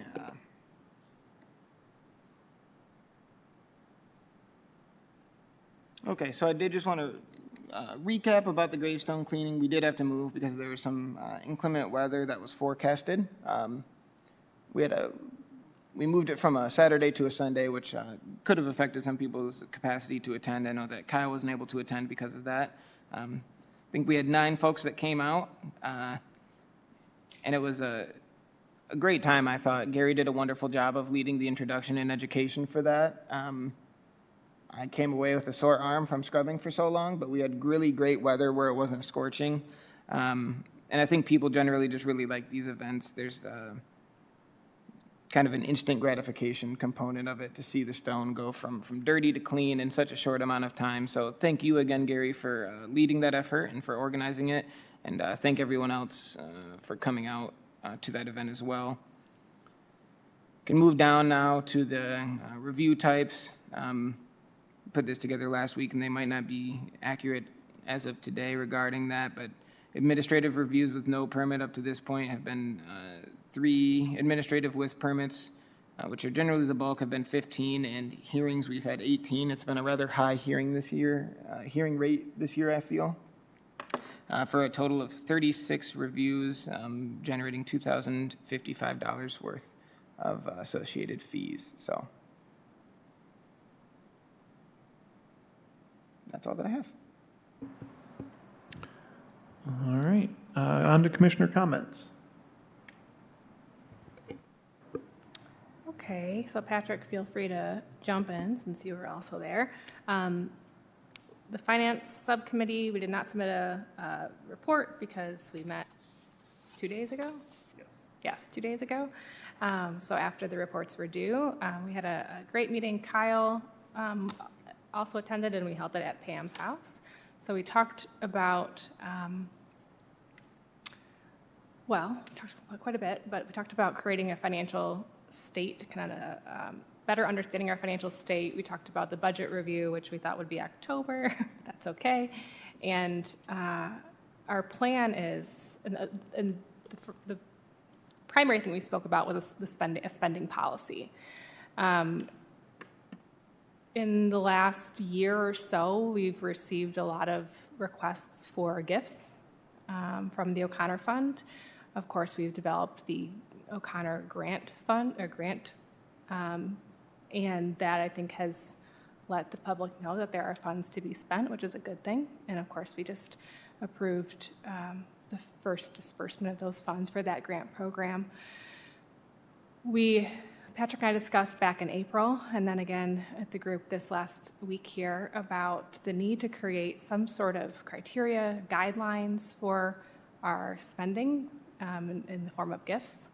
And so that's something that we're going to be doing in the next few months. Is our plan was to kind of create a nice, tidy financial package in which we talk about the general state of the finances, budget, which that might shift now, of course, and then propose a spending policy to be adopted by this commission, so we can and then hopefully publicized as well, so that people can know kind of generally what we look for or what we need in order to consider requests for gifts. And so to that effect, what we had planned to ask today, and of course we've received a request with a lot of merit tonight, as we have in past meetings as well.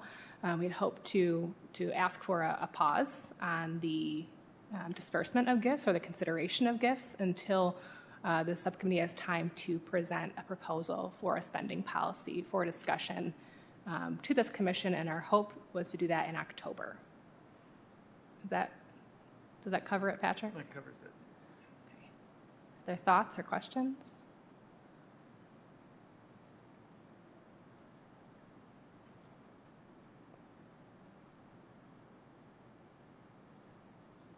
Will we be able to review before you come up with the final copy? Oh, For draft purposes? absolutely. I totally agree, and I think I've made that comment before. I mean, we don't have any guidelines on, what the person should bring in order to accept the gift. What is the criteria of it being a gift? So I agree, we need to have some kind of guidelines in place. And I think it's a good thing to place it on pause for now until we have, because I guess my fear, I work for the government, so my fear is, we get sued, like, she gave it to her and she didn't give it to me. Oh, God, so if we have some kind of guidelines, we're able to, make it fair when we giving gifts. So it's my 2 cents. I think I agree with the fact that there should be some guidelines. I don't know about, I guess, the wordage of like policy. I have to think about that more, but I guess for me, I don't agree with going on pause while we're developing, or while I guess you guys are developing the guidelines. So I don't know if we all need to be, in, what's the word, in consensus about that or not. But, I think since we did have a request that we heard about in this meeting, I don't think I would agree with being on pause.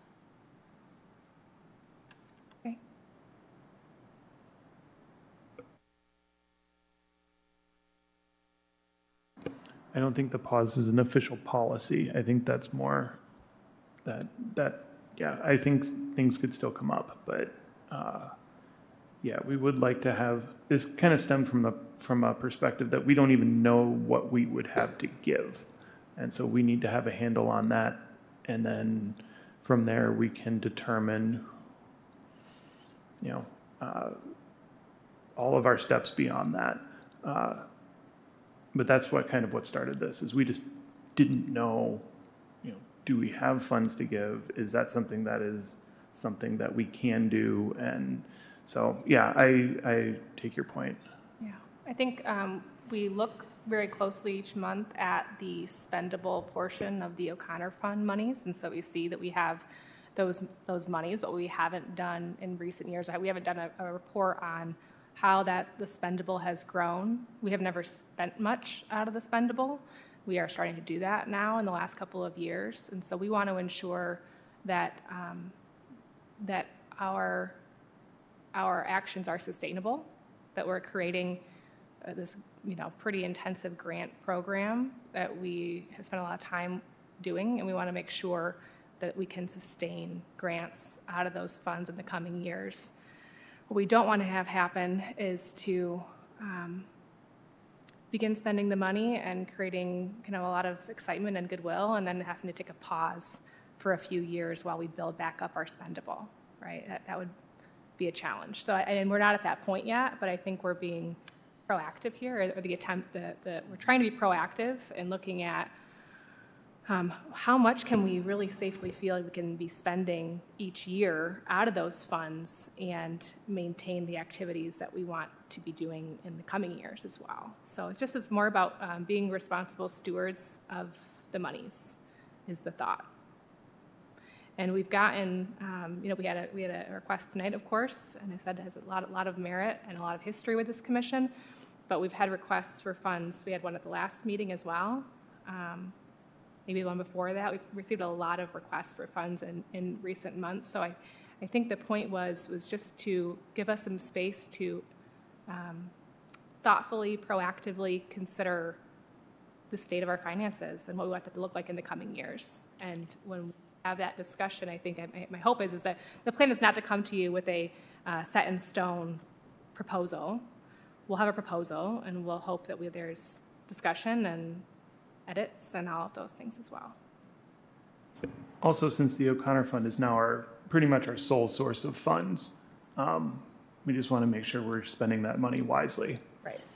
Yeah. I appreciate your thoughts on that. I guess since I don't look at the finances as much as you guys do, and I don't really still like have a full understanding of like the two funds. So, but yeah, I guess and I think one of you mentioned, we look at the like the expense or the financial reports, and we see that money is there. So I'm just confused, and I guess I'll see what you guys come up with about like how much money we have versus like, since we see these amounts, right? And I get that you're talking about like being proactive and making sure that the funds are, like not overdrawn and that kind of thing. But so I guess I'll just wait to see what you guys come up with. But I don't think that means though that we're like, because Patrick, you mentioned, you're not saying this is like a policy, but it kind of seems like what both of your approaches would be, even if, we were to consider a request as a commission. So yeah, I guess I'm just a little surprised about that. So, but. And I guess I want to hop in real quick too. The way that the funds have and always will be dispersed through this board is that anyone frankly could come and ask us for money. The direction of the O'Connor Fund is to spend money on historic preservation in the city of Kalamazoo, which is rather wide open. So I agree that a funding policy is probably be very helpful and guide us in spending that money. We probably also don't want it to be so restrictive that we find that we can't spend money on anything. Right. So I appreciate that effort to happen. That being said, I think that a majority of these conversations of folks coming forward to ask for money result in them talking to me in one way or another. I think it's one way that I feel that we can help folks, and it's also shows that we have visibility in the community.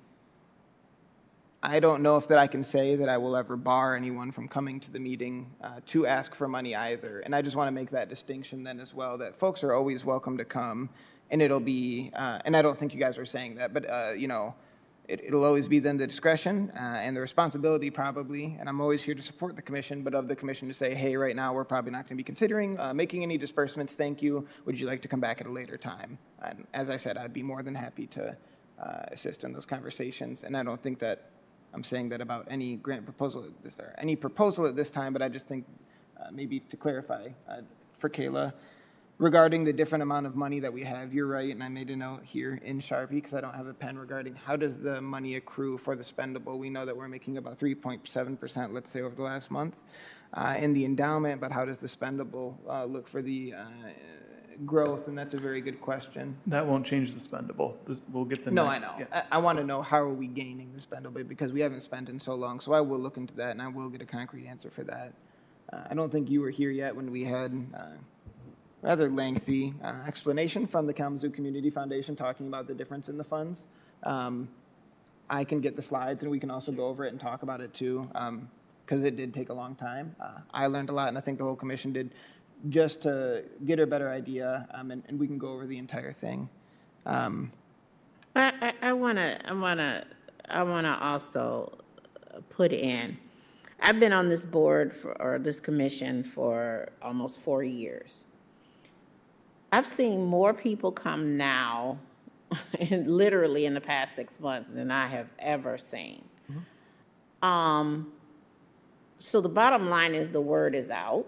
Good, bad, or indifferent. I'm not saying which way I'm going, but the word is out. This is only the beginning. And from my perspective, I don't want us to get to the point of we start declining people because we don't have money, or we have given out everything to, just gonna use an example, real estate development, and the homeless didn't get any. So that's why I would prefer to have some guidelines, because perception, as being a government entity, we can be perceived negatively, or as favoritism. Oh, they're always friends with them, but I'm new here, so I didn't know that, So to keep down that confusion and to also make it fair, put it out there for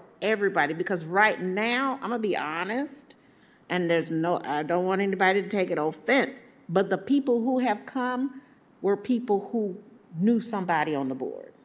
I want people who don't know anything about us to come. But they surf the web, find us on the website, and see that we're giving out gifts. I want everybody. But the people who have come, literally, they knew somebody who knew somebody on the board. And that's not, that's not necessarily fair. So I just want to make it fair. And in order to make it fair, you got to put it in writing. I What are your be guidelines? Very clear, though. We started off all of the giving with 2 consecutive gifts that we gave to Community Homeworks, and I just want to acknowledge that as well. I don't know if fairness is really an appropriate word to use here, because the people that are going to be proposing the gifts of those folks, they've been nothing but proposals. So we've never denied anyone. No, and I'm not saying we Because have. we've never drafted anything, and it would be the And I'm board. not saying we have, but I don't want us to go down that path. I think that it gets. And then we get to the point of, well, I don't have enough money, and because we didn't gave it all to so-and-so, Yeah, I think that parliamentary, if you look at the procedure, it becomes very easy. If no one brings the motion forward, then it will never get to a vote. Understood. So people need to be, if someone was motivated as such, if someone came and presented, I want X amount of dollars, someone on the board, I'm assuming, or someone in conjunction with the person who's proposing would need to go home, draft up an agreement, bring it back to us. We'd have to do a lot of work in looking at it, I think, come back with it. And we're looking at just the gift side of things, I think. And if no one does that here, then it doesn't even move forward to. Understood. But what about that organization? They don't know anything about us. They didn't know that there's money out there they can get. I guess to me that becomes a moot point, because the onus is 100% on the organization who is looking for the money. There's no way that I can reasonably guarantee that every institution and person in the city of Kalamazoo would be aware of the money for historic preservation, nor would it apply to every institution or person in the city. I understand, that's your opinion. I just don't think that that's fair. And I agree with having some kind of guidelines posted on the website. If you're looking for money and you're going through the city of Kalamazoo, bam, there it is. It's not, oh, I know you, and I know, can you invite me to your meeting? That's not, I'm sorry, I'm just looking at it It's also as, in the ordinance, which is a very public document that we are permitted to make gifts. So that is a very forward-facing document if people are willing to go through it. I guess I don't want the insinuation to start to arise that the only people that have come to me are people that know me or a board member in some capacity to be able to ask for money, and then we're instantly giving them money, because I just don't feel that that's the case. I think that we can look at the division of monies that we're giving. Can be the grants, which applies to a subsect of the community, being nonprofits that are 50 years or older. And that certainly serves one subsect, but there are other folks that are not going to fall into that. And I think that if we do want to further some of the missions that align with our mission statement, we might need to think outside the box a little bit. At least having them come to speak is a great way to at least get the conversation started, and then we can certainly say after that, hey, we don't think this aligns at this time, or we do think it aligns at this time. And certainly when we have some kind of financial document that will help us solidify and codify what we think that alignment is. So I think we are all united in feeling that there should be some kind of guidelines, right? Which I think we all agree with. But then for me, I was just I don't know if the ability of, or just your kind of recommendation of pausing until we get those, which could be next year. Because, you said you would present like in October, right? But then it would take some time, I'm guessing, to... Sure. So our thought is that we would take some time to create kind of I know policy is a strong word, that's what we've been using so far, but it doesn't have to be as stringent as that. Policies can be rather free form as well, and agile, and that's kind of the thought here. So the thought was we would present in October. If you feel more comfortable with us coming to you in September instead with that, I think that we could probably make that work. We've done a lot of work Yeah. on it already. So I think if September seems more palatable, to come to the commission with some recommendations or a draft at least, and then we could have that discussion. I mean, that theoretically, if the commission feels good about it, we could adopt that proposal that evening, right? I don't mean to jump up your timeline, but I'm just like saying too, just the idea of pausing until that's put into Yeah. place, right? Like that's my main. That could be September, right? If we all sat here and agreed on the draft and wanted to make it a final copy, then that could be done rather quickly. I don't think any of us want to drag this out a year. No, or the to next October was year. just from where we were assuming the budget was going to be lying. Right, that's where we got October. That's where we got October, but now that's moved up to August. So, yeah, that was the reason for October. But I think September is doable too. We can move that up. Yeah, there's no desire to drag our feet and drag this process out. It's more so just to try to take a more complete look, and so we have a better idea of where the money stands and what we can do in the community. How many folks are on the finance subcommittee right now? Right now, just Patrick and I. However, in this last meeting, because of the involvement of the O'Connor Fund, Pam attended as well, and Kyle, as chair, also attended that meeting. So there are 3 committee members. Yes. And perhaps, Kayla, if you'd like to be invited maybe to one of those to just to look them over too. I don't know if it needs to be, I'm not trying to commit you to something else, but if there wanted to be involvement too, we still would not be a quorum. Might be another option as well moving forward, just to look through this patch of it, if you will. So, If you'd like to be involved, we'd love to have you. or to have at least a draft of it sent over as they work on it too would be completely fine. Yeah. Sure. Yep, just let us know, Kayla. Or anybody else. I mean, I think we could have 4. Is that correct? We could have 4 commission members? Okay.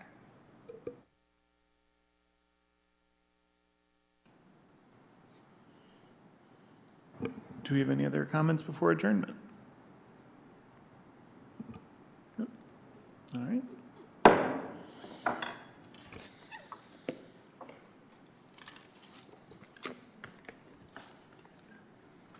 This seems like it was a real good presentation this time. Who? Oh, yeah, that guy. Yeah, that's right, you are here. Yeah, it was good. Yeah, it was.